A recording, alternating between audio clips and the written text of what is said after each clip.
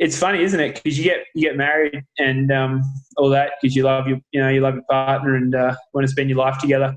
But you never really thought you'd sign up for this, where you were stuck together 24/7 in the same house.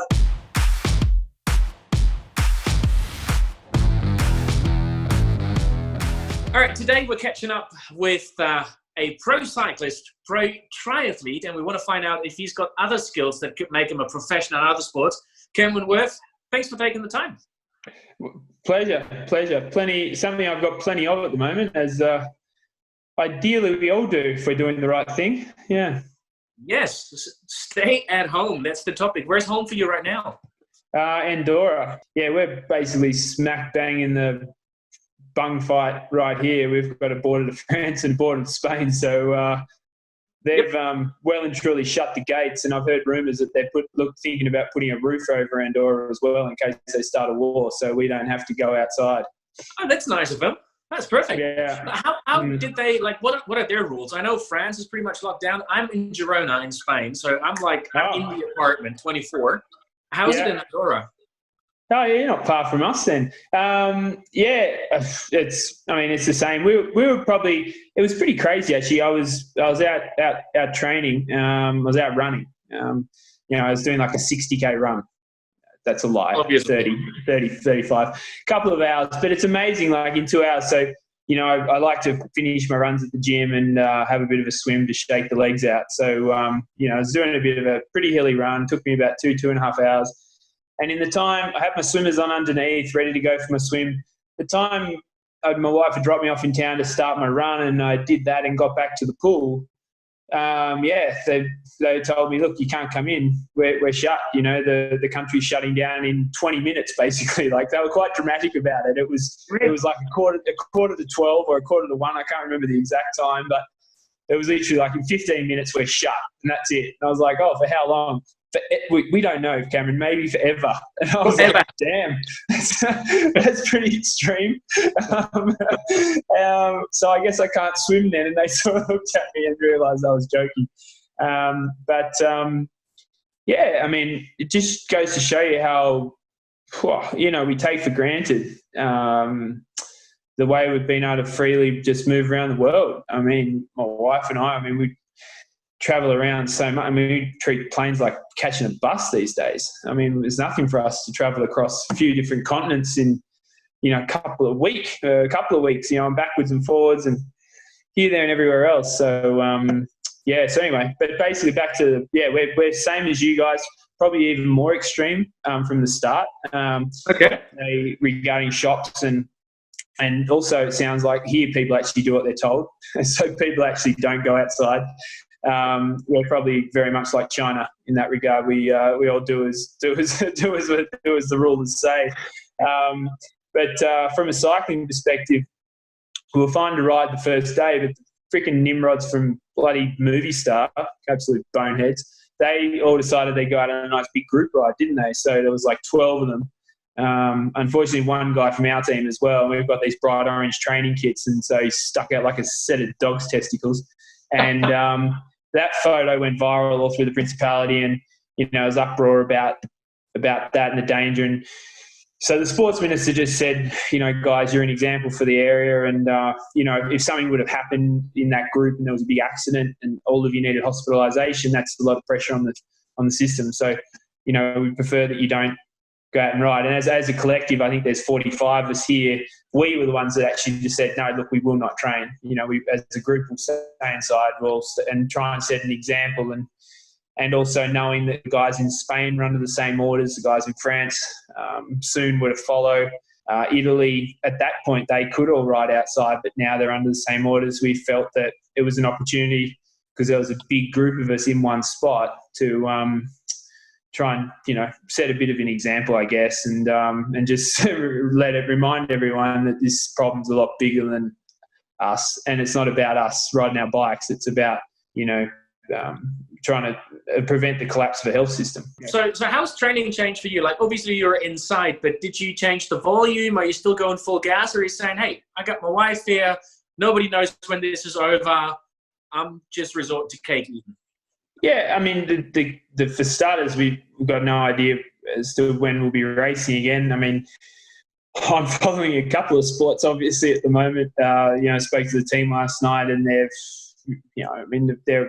we all can read it. They're very optimistic and more out of, and I think it's great that all the big organisers, the Giro d'Italia, Tour de France, Tour of Spain, all want to hold their events. And I think if they can do that, that would be incredible. That's obviously going to be a celebration for that nation, and will be great. So, they're certainly planning on being back on deck. Originally, they talked about, the racing maybe going till the end of October, as in the UCI allowing. The teams and the events saying, hey, bugger that. We can race till December 31, which is a great attitude. And it's great that the teams are prepared to do that. Everyone's stuck inside, so people will be pretty keen to get some stuff done. But until we got some clarity, the one thing that, once you get to a point where you compete at a very high level, which means you have to train at a very high level, you can very quickly train the wrong way, and not having any purpose or focus to train on, that can be quite dangerous. So particularly in this first, phase, where I guess the spread is quite prolific. The key that our team, the Team Ineos, have shared with us, obviously, there's triathlete Cameron Wurf, and then there's Team Ineos Cameron Wurf. From the team's perspective, they don't want us run down and more susceptible to catching this. That's the big thing. So obviously, training hard is not really conducive to a good immune system. So, boosting the immune system, maybe putting on a couple of kilos, just being healthy, getting plenty of sleep, doing all that. And then as far as exercise go, it's really what you feel for. Some guys feel great and they're doing some really hard sort of training inside, on the bike, and other guys aren't really doing much at all. And thus far, I think for a couple of weeks, 2, 3, 4 weeks, that's okay until we get a bit of clarity around what's going on. So, for me personally, pretty much the same. I try and do, a few hours of something a day. It's on the bike or, going for a jog. Just keep active. Like they have the setting on your Garmin watch, that tells you your training state. So for the first 12 days, I kept it at maintaining, which I think is perfect. But then this morning it switched over to detraining. So, I'm probably borderlining on not quite doing enough. So, but I feel really healthy. And, my wife, she's studying holistic nutrition. So she's very much into, health and wellness and all that, which is, and she's pregnant. So there's quite a few things in the house for us to be pretty vigilant at the moment, and make sure we stay healthy, keep the germs out, and keep ourselves on top of it. So, certainly not doing too much, and trying to encourage, you can't tell people not to train. There's going to be people that see it as an opportunity. Well, everyone's not training. I'm going to train hard, make a big gain. That's great. Good on you. But if just stay healthy, do what you feel is comfortable to do, and just do all you can to try and not get it or spread it. That's pretty simple, really. Yeah, pretty simple. First of all, congratulations. I had no idea that your wife is pregnant. Nice. Oh, yeah. Well, I guess we just met, so I hadn't really thought to tell you. But how was that not your opener? But that's really exciting, and that's certainly something that, regardless of what's going on, here, there, and what you watch on the news and everything else, because really, let's face it, that's really the most information we're getting. The local government is great here with giving updates, on how many cases we've got. We've had a couple of deaths, how many people that are in, serious condition, how many are, recovered and gone home, how many health professionals are in a bad condition, so forth. They've been very, very good, not hiding anything, which is great. It gives you some confidence that no matter how dire the situation, they'll tell you if it's bad, and so far they feel like they're on top of it and they can handle it. And as long as everyone here continues to remain vigilant and do what they're doing and stick to themselves, they can start to see the curve drop off, and we can start to maybe resume some sort of normality as to whatever that looks. And obviously for us, I guess we're really quite vigilant because, we've got a little baby that is going to need a trip to the hospital ideally in about 7 weeks and to get safely into the world. So we certainly don't want the medical system to collapse. So, yeah. 100%. Well, good luck with that for sure. Thanks. But realistically, you were talking about, you can take it a little more easy and all. And I take it easy right now, but I also know it'll take me about 4.5 months to get back into shape afterwards. How long is it for you as a pro athlete, like realistically, that you say you're sort of like in an acceptable form again? I mean, if you can just keep where you are and, within a couple of weeks of good heart, you go and do it. If you're fit and you go to a training camp for a couple of weeks, you can be in pretty great shape. 2 to 4, really good shape. 6 to 8 for a really good camp and be prepared for, something big like Kona would always be the objective. I mean, that's the sort of timelines we work on. I work with the guys at Nike, and they've done quite a bit of modelling on over the years. I mean, they've got data on me way back to sort of, I think, 2007. They've got stuff. I think they even got some rowing stuff from 2003, 2004, just my physiology. And they've been able to figure out, the sweet spot of days that I can handle workload and to get to my best. And it's somewhere between 40 and 50 in there. So whatever that works out to be, it's about 6 to 8 weeks, I think. So that for me is the marker from sort of where I'd be now at my maintaining / detraining phase. So I've just got to try and get it back into the maintaining zone, and then I'd be pretty confident that once we get a bit of notice, within 6 to 8 weeks, I can be pretty much at top of my game. Fair game, absolutely. Hey, so you know both. Cycling, professional long distance triathlon racing.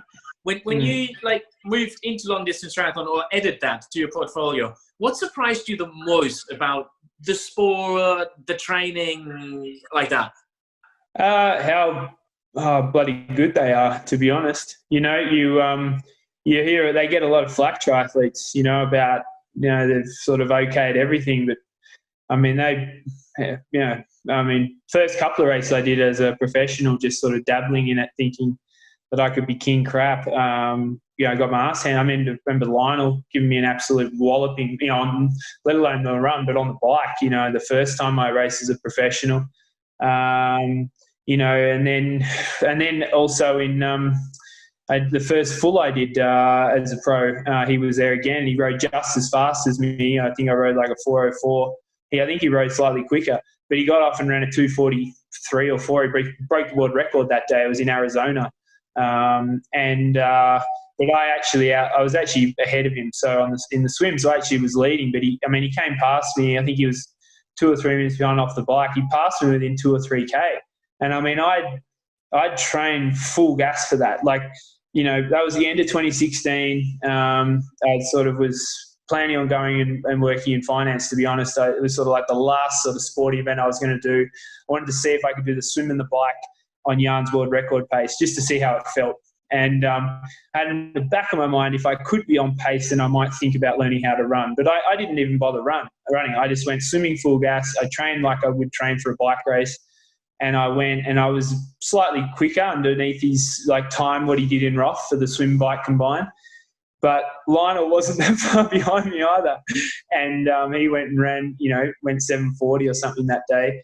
And I was just like, wow, that is mind-boggling, that what these guys can do. And, it wasn't that long after that, about, 2 months later, that I got invited to, or asked if I'd go and keep Chris Froome company in training for a couple of weeks. And that was sort of what I thought would be kind of my final hurrah in sports. And I spent 2 weeks with him. He couldn't drop me. We did all the work together, all the efforts and everything. And that was when the idea came, well, how about you? You've obviously still got a bit left in the ticker and a bit left in the legs, and it'd be silly to sort of toss all that away.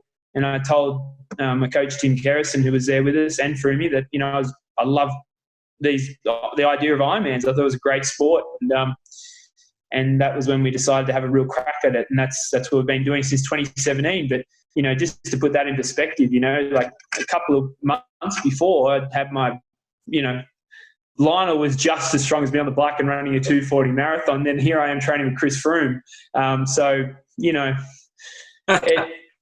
These guys are, I don't want to swear, but really, really amazing. And I think the best part is that now the guys in cycling are really realising that so many of them are so interested in the sport.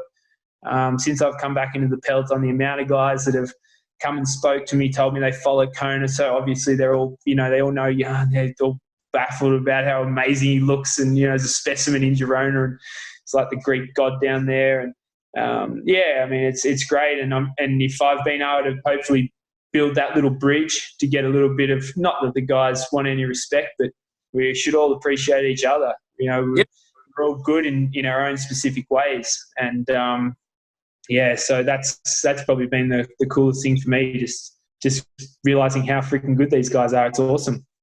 Nice.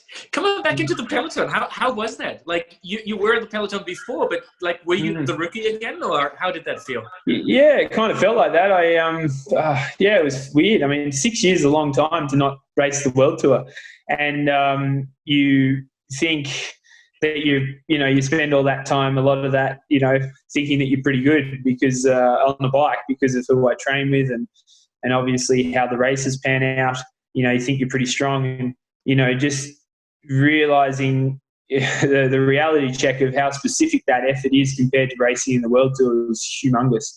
And, those power oscillations, the accelerations in and out of corners, being in the rotation in the crosswinds, pulling turns on the front, those big power spikes, they really took it out of me, like really, really hurt. I mean, I had lactic acid pouring out of every freaking, pore in my body, out of my nose and eyes and eyeballs and everywhere. It was great, because what it kind of reminded me was how much you can suffer. You need to know how hard you can push yourself, but if you push too hard, you are going to pay for it. It's just, you're not Superman. It's just that whoever's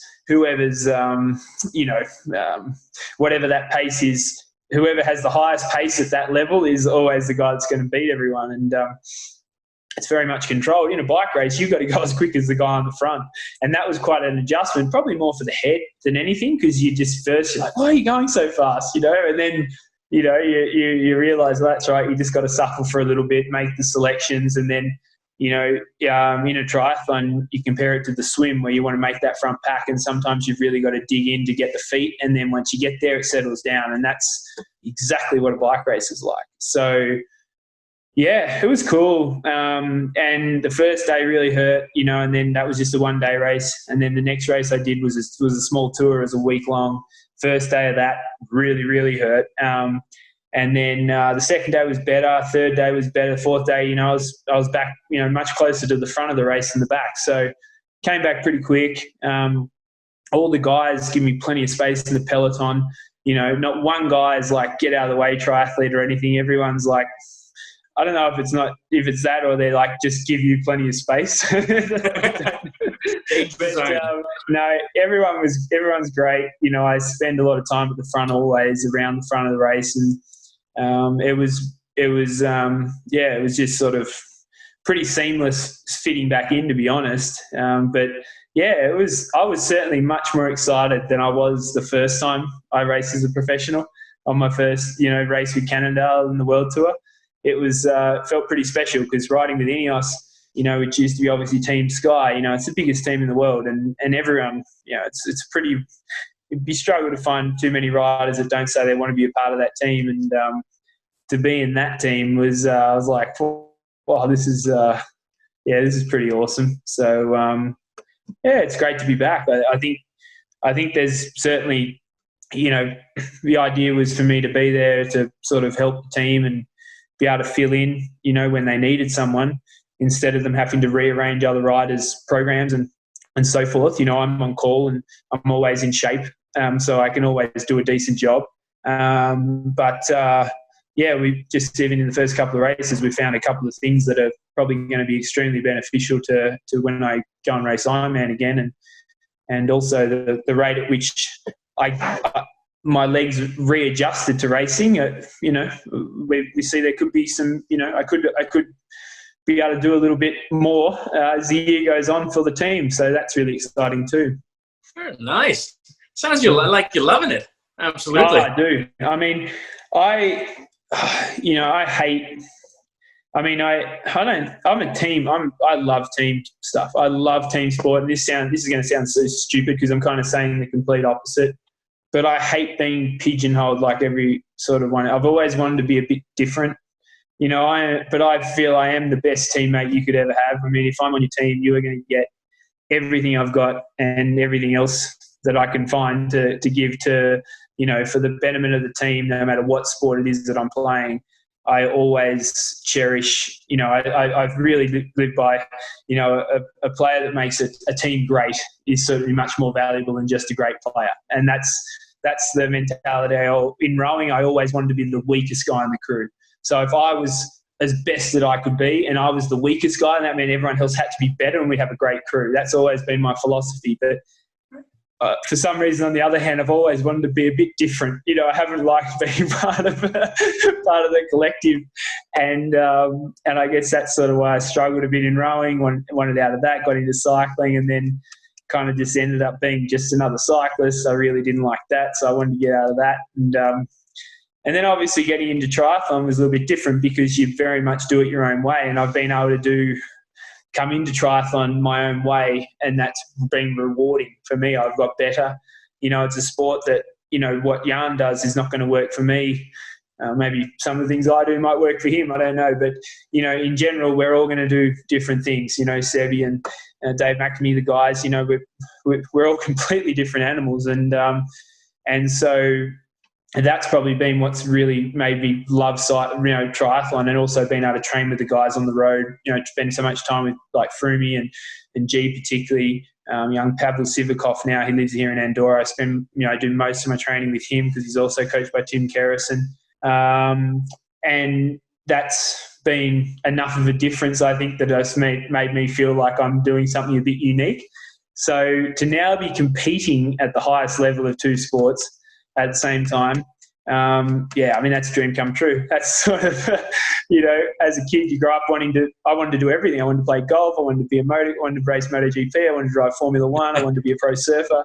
I dreamed of being every single one. I didn't really care what it was. I just wanted to be doing everything and the best at it all. So other than triathlon and professional sport, which one would you say did you come the closest to of the other sports that you did to cutting it as a pro? What else are you really good at? I was good at golf as a kid, even at, 12 years old, I could, I was playing off, 10, 11 sort of handicap. So I was quite good and I haven't really got much better since. That was sort of the first sport that I was naturally good at, and I was decent at soccer as well, football. It's funny because rowing, even cycling, and then even obviously my first attempts at triathlon where I'd done very little swimming or running. Obviously I sucked, but I tend to really relish the challenge of learning something, especially when there's a lot of people that say you can't, that sort of really drives me pretty hard.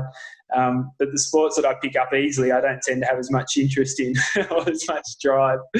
But golf and football or soccer, were the two sports that I was most naturally, wouldn't say gifted, but naturally good at. Do you have a secret, like a hidden talent that we should know about? I'm incredibly good at improvising, and I've been admiring, particularly Nick Castelline, even their coffee art recently. With the work since during this, it's been pretty incredible. And I have an espresso machine, circa 2006, quite an old one. Okay. And and that's about the extent of my baristing. So I've been trying to come up with ways to really up my coffee game. And what I've found is when you finish like a 330 gram jar of Nutella and there's like all the Nutella left on the sides that you can't get out, I put the espresso shot in that, put the lid back on, shake it up really hard, put a bit of milk in, shake that up really hard. It's like a mocha Nutella chino, I call it. And I love it.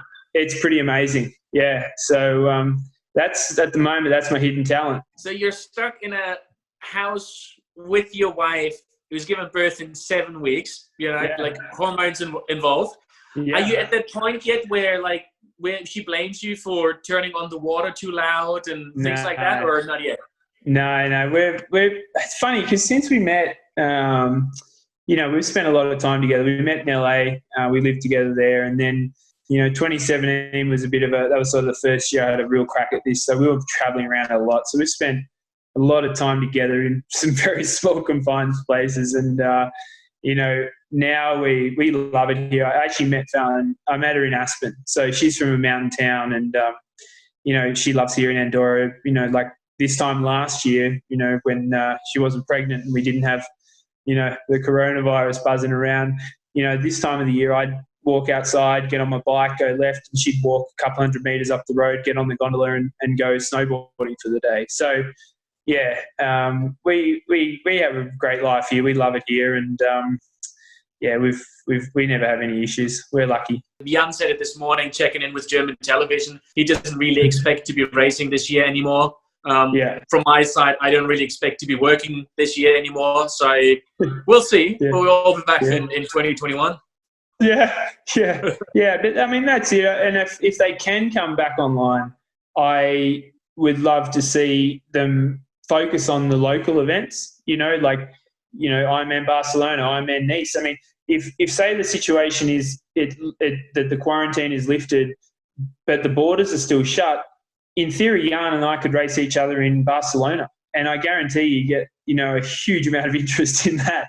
And Dave McNamee and whoever the guys are that Gomez could drive across.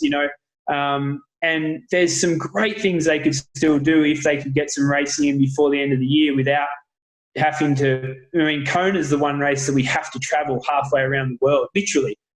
If you dug a hole, you'd get there quicker. If you went straight through the earth, it's literally like right below us. It's on the opposite side of the world. That at the moment is frightening. To think that we'll be put in that position. So it would be great if there are any issues, if they can get anything back online at all, that they focus on these local events, which can be great, economic boosters for economies. Huge, really. As bleak as it looks now, everything's going to come back eventually. It might take a little bit, but it's going to come back. I mean, of course it will. Mankind's not going to self-destruct.